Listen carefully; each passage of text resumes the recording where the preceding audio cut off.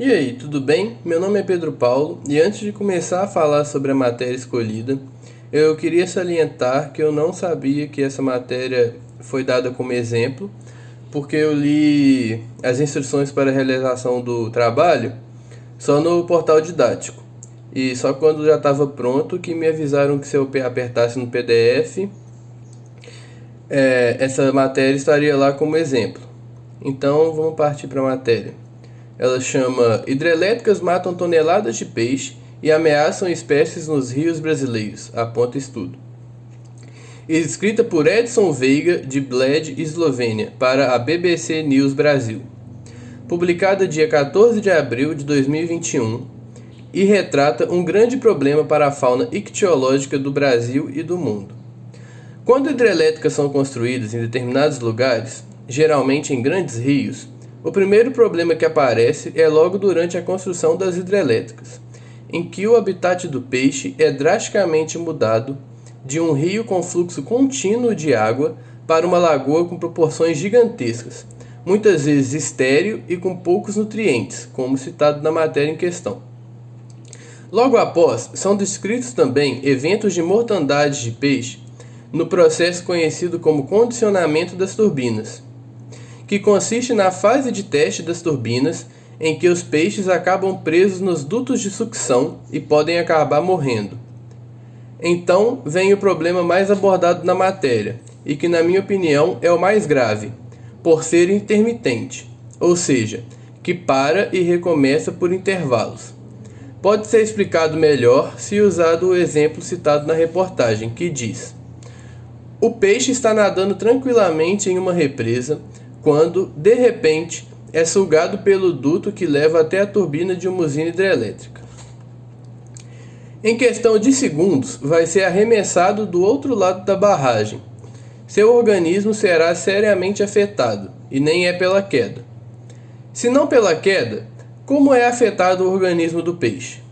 Peixes têm um órgão chamado bexiga natatória, que os auxilia na flutuabilidade, que é a habilidade do peixe de se manter estável em qualquer profundidade, ou seja, eles não afundam ou flutuam. E esse sistema funciona como uma boia, em que o peixe enche a bexiga natatória com gases para que ela se mantenha em um tamanho determinado para que ele possa se manter na profundidade almejada.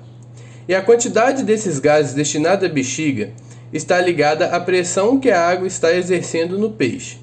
Quanto mais fundo, mais pressão. Logo, mais ar é necessário na bexiga natatória, para que ela se mantenha no tamanho adequado. Para explicar melhor, posso usar essa luva de médico, que não é de médico na verdade, né? É uma luva laranja, como exemplo.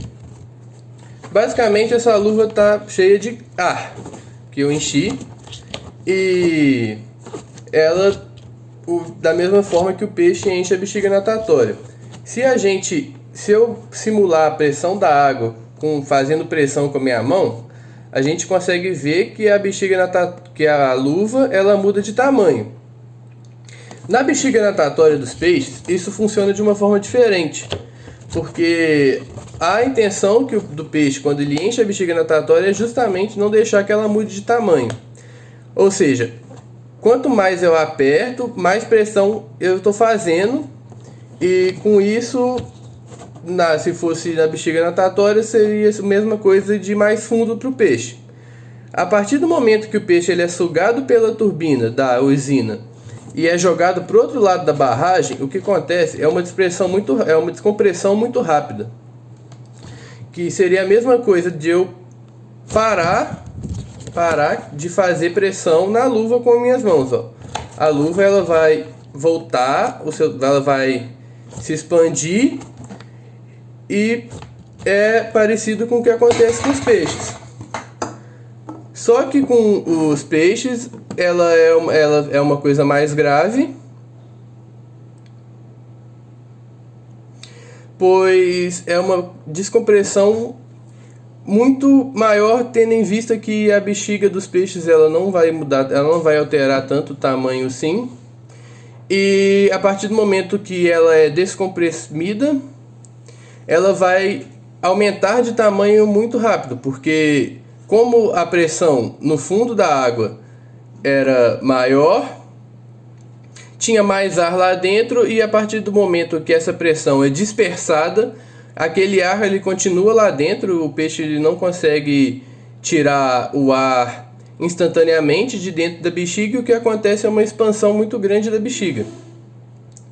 Dessa forma, a bexiga pode se romper ao mesmo tempo que ela empurra todos os órgãos internos do peixe, podendo acontecer efeitos como o estômago sair para fora da boca, o intestino para fora do ânus, o olho pular para fora da cavidade ótica, hemorragia em todas as partes do corpo, como citado pelo pesquisador Andrei Leonardo Fagundes de Castro.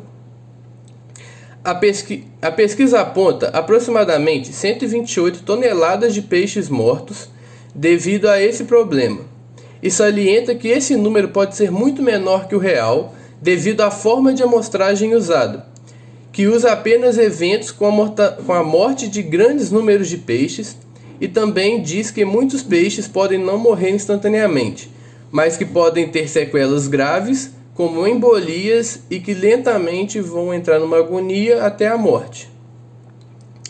Por ser um problema mundial, pesquisadores de diversas partes do mundo estão pesquisando soluções para esse problema, e pesquisadores europeus criaram barreiras de luz estroboscópicas e barreiras acústicas, mas que só são efetivas na Europa, devido às condições ambientais e às espécies presentes no local. O projeto da UFSJ tem testado barreiras acústicas para tentarem adaptar a ferramenta para as nossas espécies e condições ambientais. O também citado na reportagem, o pesquisador Luiz Gustavo Martins, está desenvolvendo uma barreira que usa macerado de peixes para repelir peixes, tendo em vista que no meio desse macerado existem as chamadas células de alarme, que é uma célula presente na epiderme do peixe, que no momento que o peixe sofre alguma injúria e tem a epiderme rompida, essas células produzem um composto químico que avisa os peixes que naquela área existe algum perigo. É uma ideia promissora, mas que ainda precisa de mais estudos e testes para que possa ser aplicada de forma efetiva. Por hoje é isso, muito obrigado pela atenção e até a próxima.